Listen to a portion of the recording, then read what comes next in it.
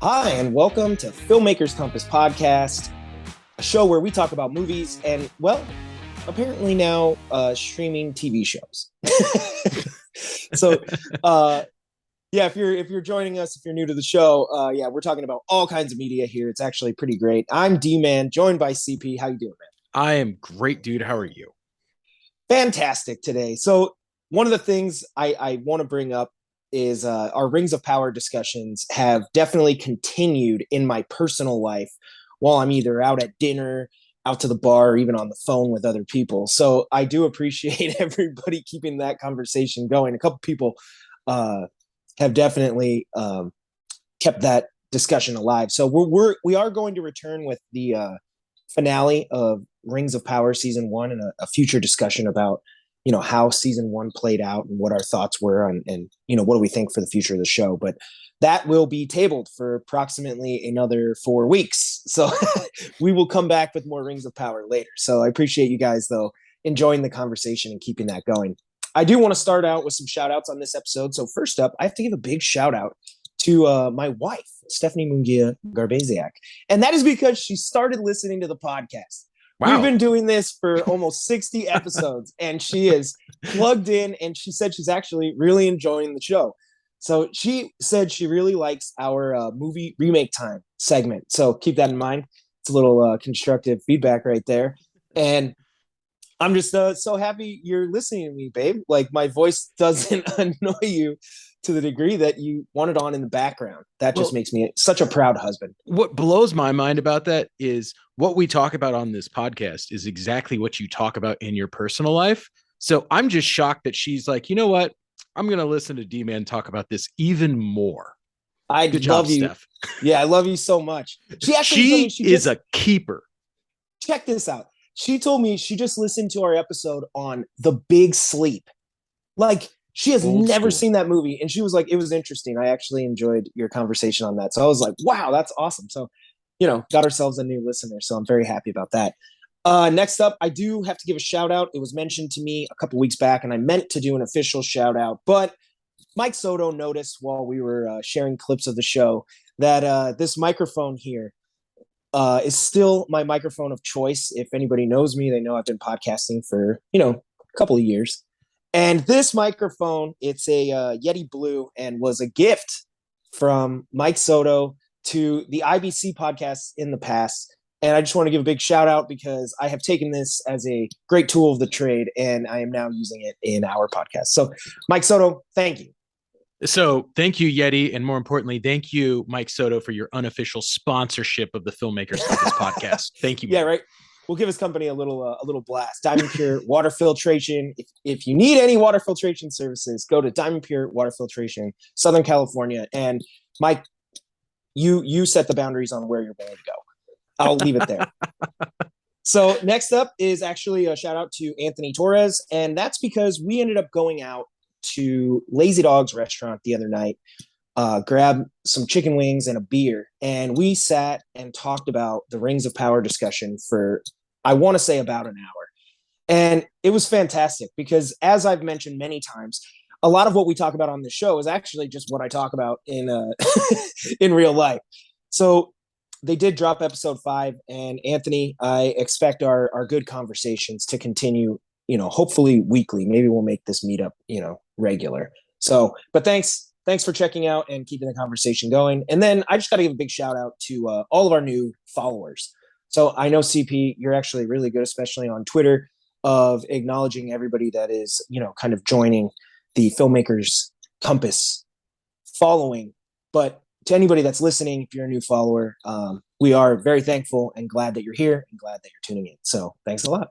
So throw it over to you. I have 2 shout outs, and I actually got a little bit of hate based on our last couple episodes. So the first one is to Selena.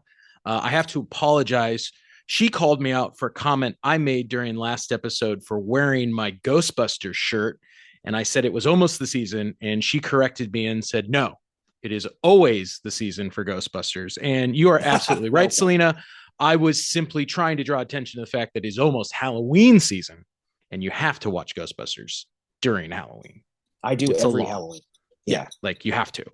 Other person who I need to give a shout out to is So this is actually a really cool story. Side note. So this is my friend Lindsay, who her claim to fame is she actually beat the shit out of one of the Girl Scouts in the movie Dodgeball. So she's Oh, actually a that's amazing. badass. Maybe we'll have her come on the show and talk about Dodgeball because that's a fun movie. That would be Uh, awesome. anyway, Lindsay, so shout out to you. I apologize. She called me out and said we can't be friends anymore because I said that I did not like the Harry Potter movies. So Ooh. just the way it goes. That was, I think, 2 episodes ago where we were talking about the movie experience, the theatrical experience.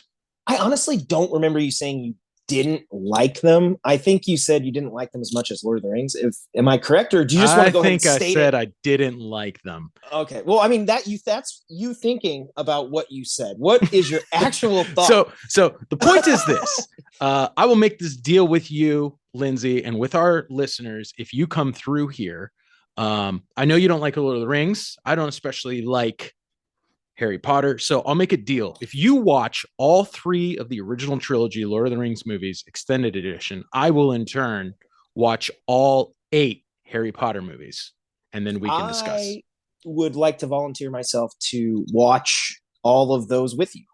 Uh, I love them all. That's amazing. Well, that sounds like such a great time. So, Lindsay, you let me know if that deal is going to work. And yeah, maybe I'll change my mind on the Harry Potter films. So, Awesome. Well, thank you everybody for all your feedback and comments and discussion. Really appreciate it. So I'm going to throw it over to you, CP, on our first discussion topic today. What are we getting into? got some heavy stuff, bro. We got to talk about Dragon Ball Z/Super. I still call it Dragon Ball Z. I know technically now we're on Super, but come on, we're old school. And come on, Dragon Ball Z is still the best out of all 4 Dragon Ball series. And, not sorry for saying it. That's a fact. For anybody that's actually listening, though, can you explain what it is that you have in your hand and where that comes from? So when I went to Comic-Con, they were plugging so much the new Dragon Ball Super superhero movie that they gave everybody fans. And it was actually really nice because, as you know, that convention hall gets really hot sometimes. They gave the fans. Yeah. Well played. I also like your if you're just listening, behind CP, he has a bookshelf that often features either video cassette tapes, and in this case, action figures, and they are from Dragon Ball Z. So those are not super figures. Even I know that. Nope. No. They're the OG ones. So here's the deal. The reason why I wanted to talk about Super is Dragon Ball Super, I read an article, just surpassed $90 million in the box office. Wow. And I think that's awesome. pretty cool. And so I wanted to do a little digging. And so I went back, and the first major theatrical movie released that kind of started this getting Dragon Ball Z movies back into the theaters was Dragon Ball Battle of the Gods from 2013. It only made $2.5 million domestically, but it made 47 million internationally. Yeah, that's a huge disparity. Yeah. Then in 2015, they released the Dragon Ball Resurrection F movie about Frieza returning, and that made $5 million domestically for a total of 61 million worldwide. In 2018, Dragon Ball Super Broly came out, and this one actually made $30 million domestically for a worldwide gross of $115 million. Okay. Now, Dragon Ball Super Superhero came out in August. It has so far made $35 million domestically for a total of 90 million. Now, remember, the way that these Dragon Ball Z movies are released, it's not quite the same as mainstream cinema because the whole Crunchyroll thing, it just doesn't have the box office pull. So it's rolled out over a longer period of time. So I'm just blown away that it's already made 90 million. And I think it's on track to probably gross somewhere around 120, 150 million, which I think is insane for, what used to be straight to VHS/DVD animated features. And there's, a little room for context here. We look at something like in, the international box office numbers of something like Top Gun, right? It went over $1 billion, or, it's like, I think the 6th highest grossing movie of all time, right? Yeah. But with context, I think, Dragon Ball being one of the most popular anime brands, if I'm not mistaken, I think 90 million is the most ever made by an anime film in theaters. Am I wrong? I don't know for sure, but I would expect it's something like that. I mean, I Yeah, did see a number that I think it's the highest. Dragon Ball Super so far is like the most successful American the most maybe in successful America, maybe animated not film ever internationally. released in America, which Okay, maybe it's America. But I mean, obviously it's competing against the likes of things like, the Pokemon movie and some of that stuff that is, you know, did well in its time. It's crazy how popular Pokemon was. That was awesome. still is. Yeah. Do you have your Pokemon cards? Of course I do. Oh my God. I So think we yeah. talked about it on this show. My mom threw out my Star Wars action figures and she threw out my Pokemon cards. Well, I that mean, sucks. that's a lot of money. It's a lot of money, but more importantly, dude, now we can't battle Pokemon. I know. So What a shout out to bummer. everyone else who wants to. Like, come over to my house. I'll bust out the cards again for old But time's I mean, sake. Dragon Ball is one of the most popular anime brands. It's probably the most recognizable, especially here in America because of the Toonami run Dragon Ball Z had in the 90s and 2000s. Yeah. So it's actually really impressive to me the longevity of that brand.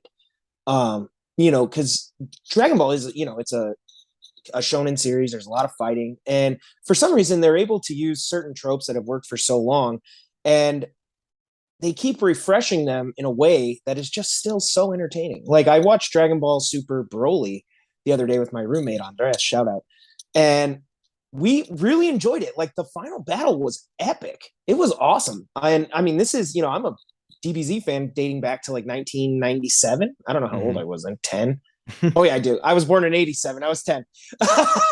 Some fast math. Yeah, I was 10. But yeah, even Dragon Ball Super Broly was pretty great, and I even loved, if you pay attention to that movie, the animation throughout was really cool because some of the early stuff with like the planet Vegeta and all that, it has kind of a throwback animation style to older DBZ, and then when they get into the mega fight at the end, they're using a lot of new animation, moving cameras, and all kinds of cool stuff. So it's a lot of fun, but I have not seen Dragon Ball Superhero, so that is on my list. Now, I do want to ask you. We had this conversation a few weeks ago. Is this a movie that you would recommend I see in theaters, or would it be perfectly fine watching it on, streaming? I mean, I enjoyed seeing it in the theater, and I think part of the reason why we're seeing a resurgence of these or a success in these Dragon Ball Z movies in theaters, which, by the way, each time it makes more money, they then expand it out to more theaters the next film's released in. So it's kind of natural that it keeps growing in success. But for me, as a Dragon Ball Z fan, the thing that I loved is going to the theater and hanging out with a bunch of other Dragon Ball Z nerds for 2 hours because it's a culture that doesn't really get opportunities to come together as fans. That's a good point. Kind of the whole like find your tribe vibe, Yeah. and I mean, that used to be me, particularly, dressing up in Jedi costumes and going to, the prequel releases, felt like you were home. Yeah. And I think that what's really cool about the success of Dragon Ball Z Superhero is it shows that Dragon Ball Z is not a subculture. This is totally Interesting. now part of mainstream pop culture. I mean, think about it. When we were kids, Dragon Ball had already come out. We were kind of experiencing Dragon Ball Z as it was rolled out in the first run in America. Since that time, they had GT and now Super. So we've almost had two-ish, maybe a little more than that, generations of Dragon Ball fans. And this is just proof that this is not a subculture. And hopefully, Crunchyroll and Funimation are going to take that back and say, cool, there is a huge market for this content. So we can start and continue releasing these things theatrically. And then I gotta ask, what's your review on Dragon Ball Superhero? You I enjoy it? loved it. I love Dragon Ball Superhero. I saw it twice. It felt like old school Dragon Ball Z, and it was a lot of fun. I also love the fact that it was a movie where the subline or where the Goku Vegeta storyline was much more of a secondary plot thread, and this one really focused on the Gohan Piccolo relationship, which is like that's the formation of Dragon Ball Z right there. So it was fun for them to go back and revisit that. Awesome, awesome. Well, something else that just released is the new Star Wars Disney Plus series Andor. So I actually watched the first 3 episodes, and we have a problem. Yeah, And we that do. is that you do not watch Disney Star Wars. So we actually cannot have a discussion about this new show the same way we were with Rings of Power because you I don't watch crap. You're absolutely right. I refuse oh, to. you went all the way there. Well, here's the thing. For a little bit of context, everybody knows that Disney bought Star Wars for $4 billion from George Lucas, and then basically said we don't want your input, and they erased kind of the original Legends canon in favor of creating their own. So what we ended up with was a sequel trilogy for the Skywalker saga, and apparently, Uh, two. I just need to interject a sequel trilogy that we didn't need. Okay, continue. Yeah, two kind of solo films. One of them actually titled Solo, and then a whole slew of Disney Plus series. Now, of all of that, you being somewhat vocal to me, but not yet on this podcast, have you actually watched any Disney Star Wars? Because you're a huge Star Wars fan. I'm a huge Star Wars fan, and yes, I have. I have given portions of it chances. I've actually watched The Mandalorian, the entire show. Okay. Um, I don't know if we're going to consider Clone Wars Disney Star Wars because I think I think Disney Star Wars released like the final season. Yeah. I obviously watched all of Clone Wars, but overall, I don't like to watch crap. Okay. Now, where did Disney lose you here? Because, was it when they purchased it and George Lucas, he's like, I'm out, and you're like, fine. If George isn't a part of it, then I'm out too. Or was it when they didn't follow, like I think we had mentioned last week, like, the Grand Admiral Thrawn, the Timothy Zahn books and all this? Because, Mhm. one of the unique things about Star Wars as a fandom was that they were actually pretty lax going to, like, especially in the 90s, but like late 80s, 90s, with giving other people chances to contribute to the overall Star Wars universe. And they were actually, I guess they had an entire division at Lucasfilm. I didn't know this, that literally just focused on continuity. So they Yeah, tried to make sure that all of this new canon fit somewhere. yeah, What time, what characters are in it, did everything line up? Would they actually be there at that time? Kind of crazy when you get yeah. into the giant, sprawling Star Wars universe of like the 90s and 2000s, because Lucasfilm did actually, even not necessarily part of canon, but they even let people make fan films and all kinds of cool stuff. And we did, man. I mean, I used to Hmm. make lightsaber Yeah, videos and stuff. It was great. yeah. So my issue was, I think it was a couple things. For one, when Disney bought Star Wars, and we used to talk about this, it was very evident from the beginning that there was not a cohesive plan.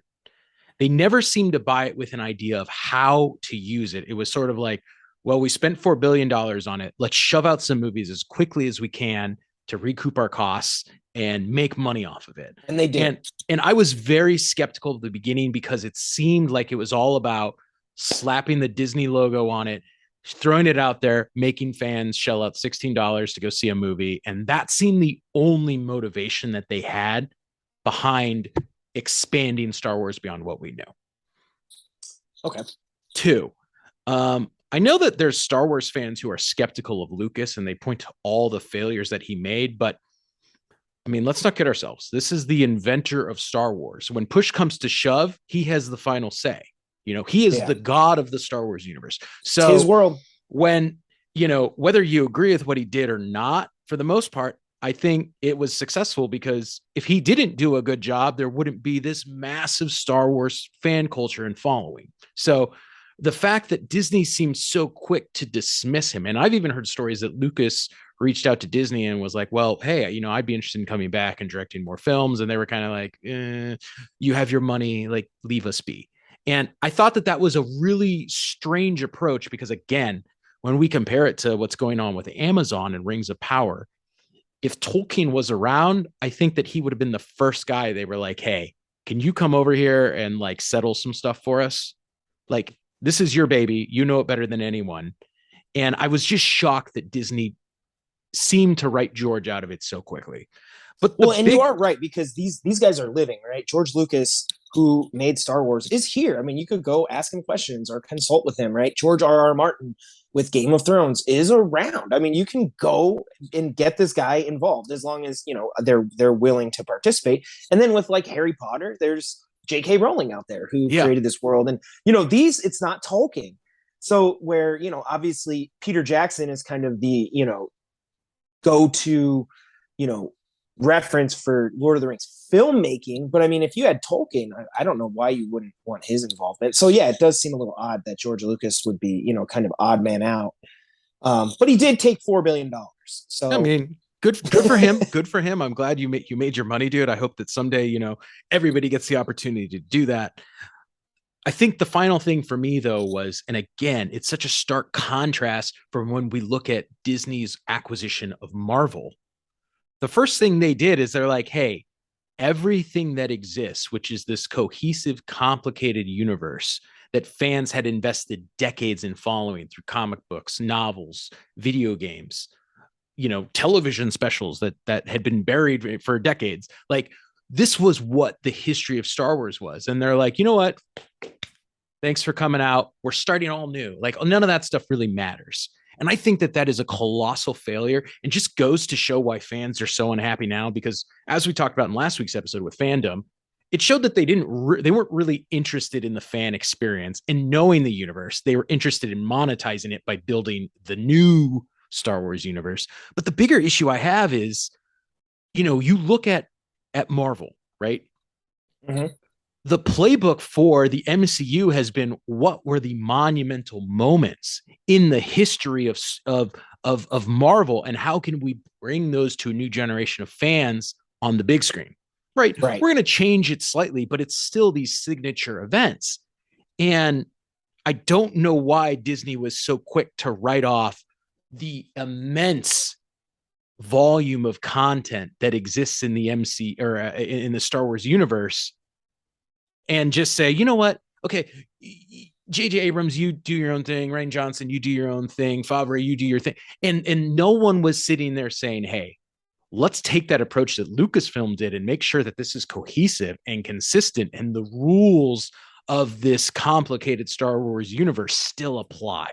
And that's why I hate Disney, because they ruined something that I love. Well, fair enough. I mean, I will only speak for myself, but I've been at the premiere of all the movies and I have thoughts on them all, but that's not for this episode. I do actually, I really like The Mandalorian. And for anybody that was wondering, I watched the first 3 episodes of Andor and I thought it was really well done. I will not, because it's going to suck. Yeah, I'm really excited for the future of that show and what they're going to do. So I'm definitely pumped, but that's for another time. I did want to throw out there, though, that something that is, might be fun later on this podcast is to maybe do some like live watch parties with CP as he has to watch like, The Last Jedi or Rise of Skywalker. I'd be fascinated to get your opinion as it's unfolding. That'd be excellent. I don't think that's a good idea. I think it's a great idea. Well, finally, something I wanted to bring up, and I've been wanting to talk about this for a while because it was so exciting and I enjoyed it so much. But along with the purchase of Star Wars for $4 billion, Disney also purchased ILM. Yep. And with that, they were able to release a new documentary series on Disney Plus called Light and Magic. And it details the formation of ILM along with the original Star Wars film up through the 90s to Jurassic Park and T2. And basically the evolution of special effects from like straight, the invention of motion control, matte paintings, and the model shop, all the way to digital filmmaking that we, have reached now. And I do got to give a big plug because this documentary is awesome. If you're into filmmaking and all the archival footage and discussions, they get everybody, even Spielberg's involved with the documentary, to come in and kind of give their 2 cents on it. And it's great because, you always, want to get these guys' memories and opinions on what happened while they're still with us. So, but what's interesting to me is the series actually stops at about Jurassic Park. So what I wanted to throw to you is actually a discussion a little bit around like, did special effects peak during like the range of this documentary? Because it's fascinating. Like you look at something like Jurassic Park And they just released a new Jurassic World, I want to say within the last year. And Jurassic Park, the original from 1993, still looks better to this day than any of the new Jurassic Worlds they've released. Am I wrong? No, I absolutely agree. I mean, it blows my mind. What was it, about 10 years ago when they re-released Jurassic Park in 3D? Mm-hmm. It holds up so well. And the limited use of CGI mixed with the practical effects they did, I mean, I still think it is the most realistic depiction of dinosaurs we've ever had, and we will ever have until someone resurrects an actual dinosaur in like 200 years. Yeah, I mean, and we've had dinosaurs both within that franchise and in things like, King Kong. Mm-hmm. And, they've done other dinosaur themed movies and stuff. So it's weird to me that like Jurassic Park still is the absolute gold standard. And this is not only the first time this was ever attempted in like a, feature length major motion picture, but it's also the best. And, you combine that with, T2's contribution. I think we've talked about Terminator a couple times now on this show. We've actually, I think we did an episode on T2, and then we did like a movie, not remake time, kind of sequel for Terminator versus Terminator 2. Yeah. Which, Yeah. God, they're both amazing. Although, yeah, Terminator 1 does have some effects that didn't age as well, but damn it, if Terminator 2 doesn't look amazing to this day. Still, it's insane. And I mean, you bring up a good point. How do I want to answer your initial question? I think what was so cool about special effects in the 80s and the 90s was that it was truly movie magic, right? With the advent of CGI and the restrained use that they had because it was so expensive, they were creating things. They were able to create things that had never been introduced on cinema before, but they still had and were willing to use the whole array of tricks and tools that they had developed since the advent of cinema, right? So it was such an amazing hybrid of new technology and old technology.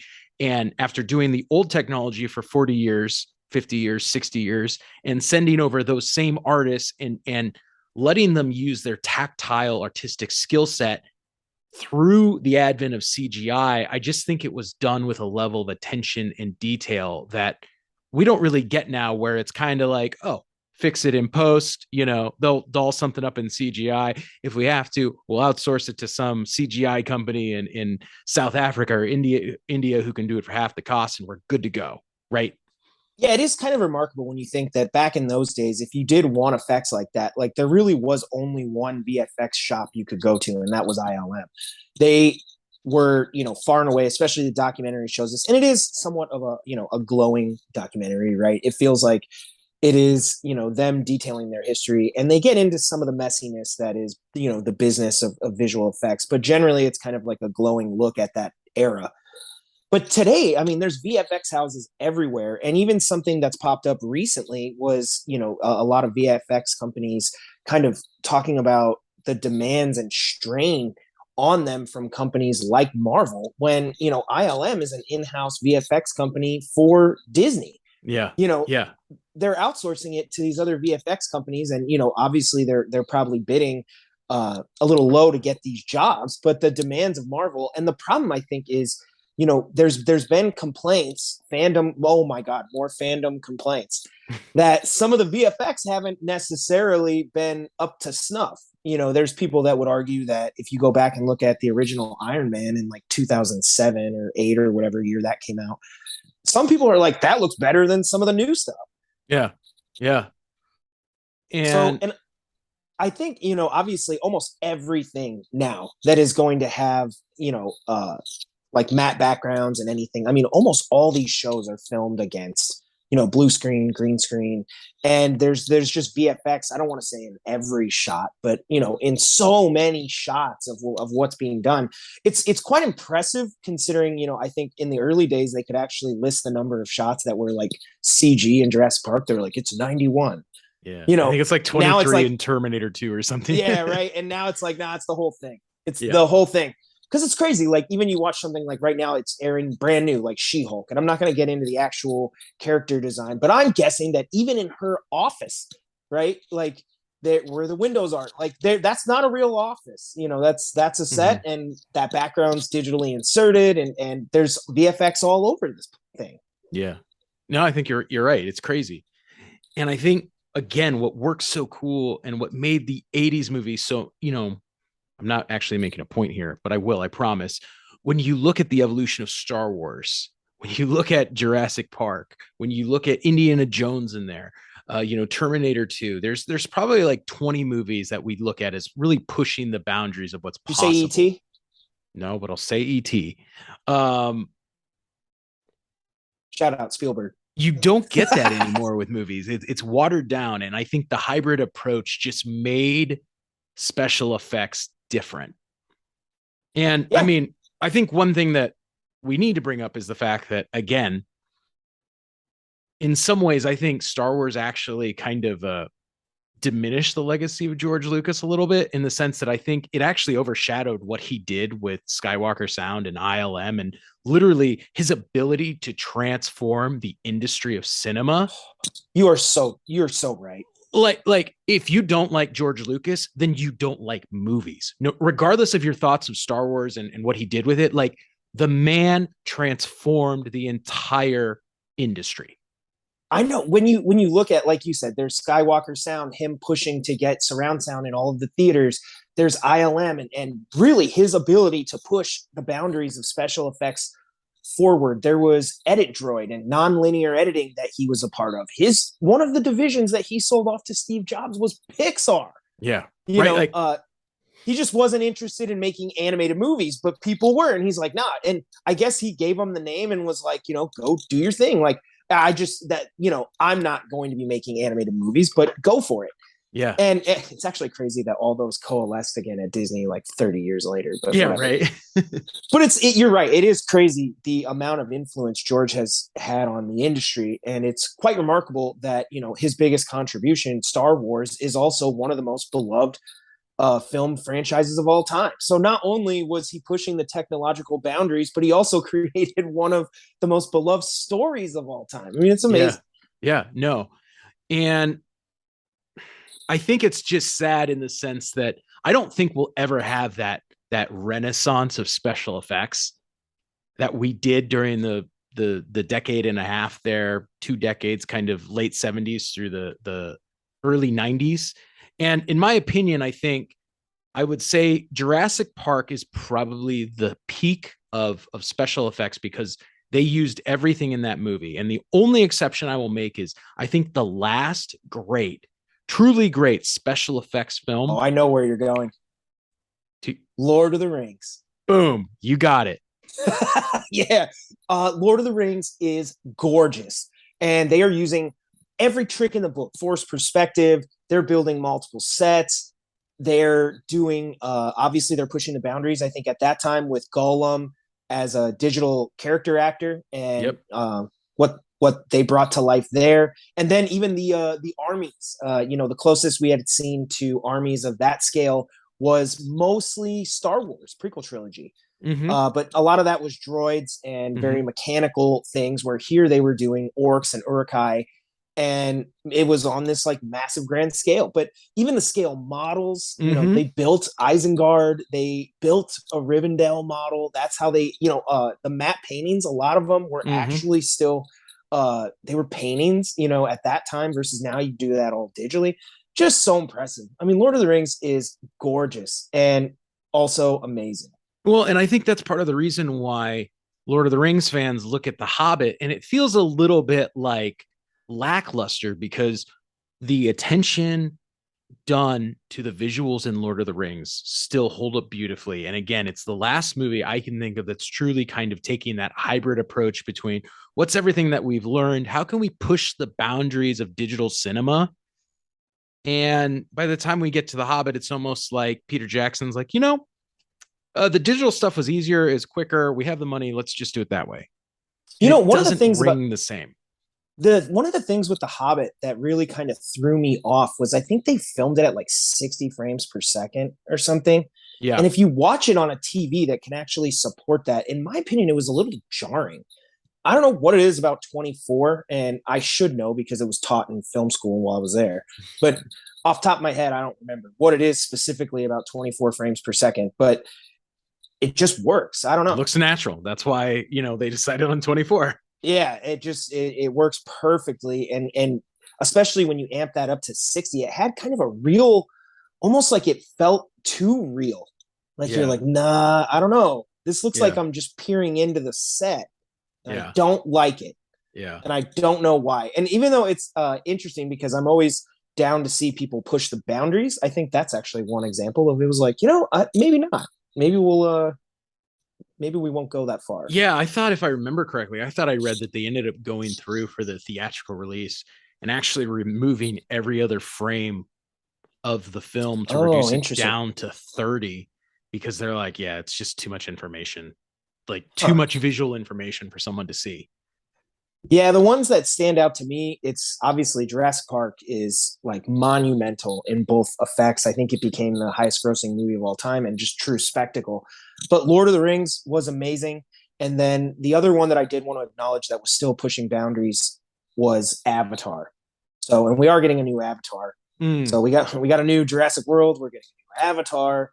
There's, still Star Wars, and now we got Rings of Power. I mean, it's all crazy, and yet somehow the older ones seem to have done it better. But with Avatar, that is honestly the one movie that I saw in 3D that it blew me away. Now A I'll lot give of you, them, yeah, it I'll felt give you that. gimmicky. You know what I mean? Like it just felt like it was like a 3D conversion, and that like right instead of things like coming out and really being 3D, it felt more like it just added like a layer of depth. And I was like, for the sake of the movie, I'm not 100% sure how this actually makes it any better. It was interesting that you had mentioned to me you went to go see Jaws in 3D and you felt that depth actually worked out on the ocean. So that was interesting. I did think so. And I think we talked about that in the podcast. Yeah. Yeah. So that was fascinating. But yeah, generally, those are the movies that I think, really stand out for effects. So, but while we're on it, I just really quick wanted to fanboy out a little bit because I did watch this documentary on ILM. And when you go look at how they made the original Star Wars, it is amazing. Like, Mm-hmm. Star Wars is just, I mean, in my opinion, it's the best movie ever. But I love the old effects. I think it looks incredible. And some of the stories were actually true, like in Empire Strikes Back, like in the asteroid field, like some of the asteroids were actually potatoes. Yeah. And, because you're like, they're just so far off in the distance. But learning how they actually did this, it was cool because to me, ILM is industrial light and magic. And it really is like movie magic. Like I Yeah. saw one, I think they did an effect in like Poltergeist where the house collapses in on itself. Oh And they yeah. actually built a house out of balsa wood and then set it up upside down on like a platform. They had a vacuum and it sucked the house through the platform, and they had rifles down there and they were shooting the house to like blow it up so it would they literally like did it. It That's was insane. insane. That's Yeah. insane, dude. No, it was crazy. And so, like, I don't know, it was so much fun to see how they brought these effects to life. And then they showed how it actually looked in the movie, and it looks amazing. Like, it looks so good.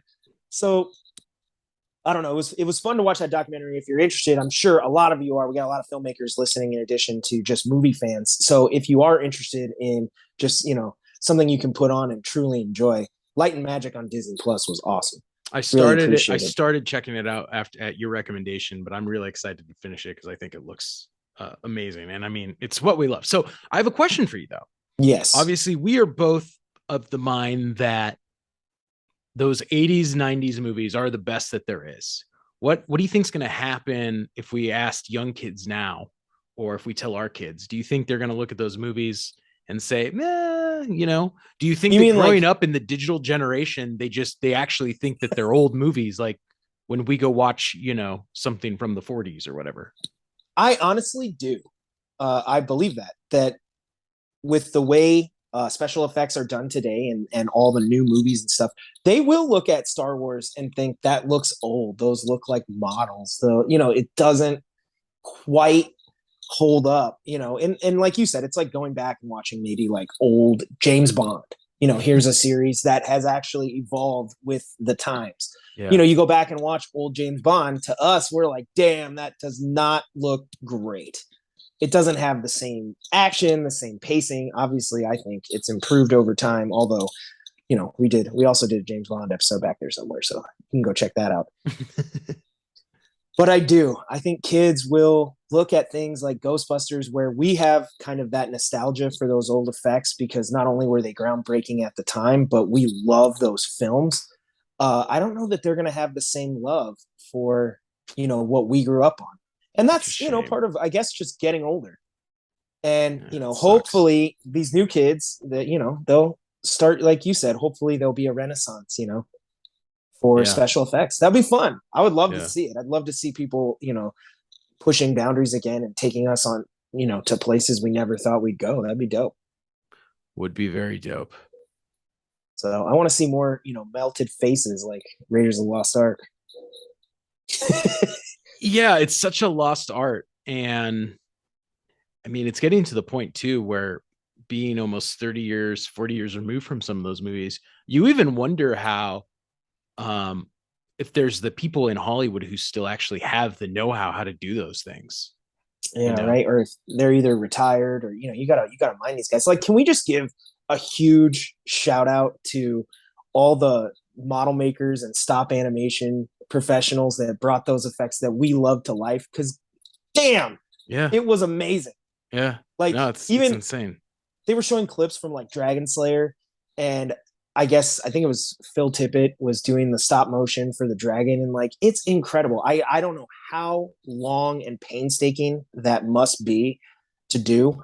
And I've done like my fair share of like experimenting, and I got like 4 seconds. It reminds me of that scene from like Parks and Recreation when Ben's on his like sabbatical, and he makes his stop motion, his claymation, and he plays it, and it's like 4 seconds. And he's like, wait, it's supposed to be longer. He's like, how is it not longer? Because stop motion takes so long, and you see it done in so many great things, particularly I think, Star Wars and Empire Strikes Back is, the Hoth scene is probably one of my favorite of all time, but it looks so good. No, it's incredible when you watch it.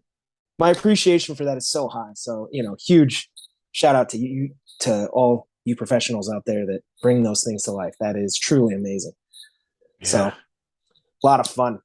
But before we go, one last thing. I just wanted to say this while we're on the topic of Star Wars, because I really did find the documentary to be absolutely fascinating. But making like the motion control, the Dijkstraflex and all that stuff, it was just fascinating how all of that works. I mean, now it's just done digitally, but they actually built a camera that you could make multiple passes and it was identical. Yeah, it's insane. It's insane. And again, I mean, the legacy of George Lucas is so much more than I think we ever think it is. Oh, I got one more thing, and this is actually pretty cool. I went to downtown Disney here in LA at Disneyland. And they have a Star Wars Trader outpost. Yeah. And it's a store that plays the original score of Star Wars. And I was like, I wish every time I went to get groceries, whatever, I wish a grocery store was just playing Star Wars music. It was amazing. Like I'm humming along. I'm excited when they play the next one. I was like, God, if there was a grocery store that got like movie themes and just played movie themes, that's where I'd shop. You'd win. you'd win me over. Noted. That would be, I mean, that's pretty cool. That's pretty cool. Yeah. I should go check it out. All right. Well, that does it for our discussion today. Hope everybody enjoyed the topics. And if you have obviously any thoughts, comments, reviews, anything that you guys would like to forward to us, be sure to visit filmmakerscompass.com, where we have all our links to our social media, as well as where the podcast can be found, both on Apple Podcasts, on Google, and all major podcast networks. So you can follow the show at Film Comp Podcast. And like I said, those links are there. You can follow me at Big Kid D Man. And you can follow me at NDCal5. So thank you so much, everybody, for tuning in. Hope you guys enjoyed the show, and keep watching movies. We'll be back next week.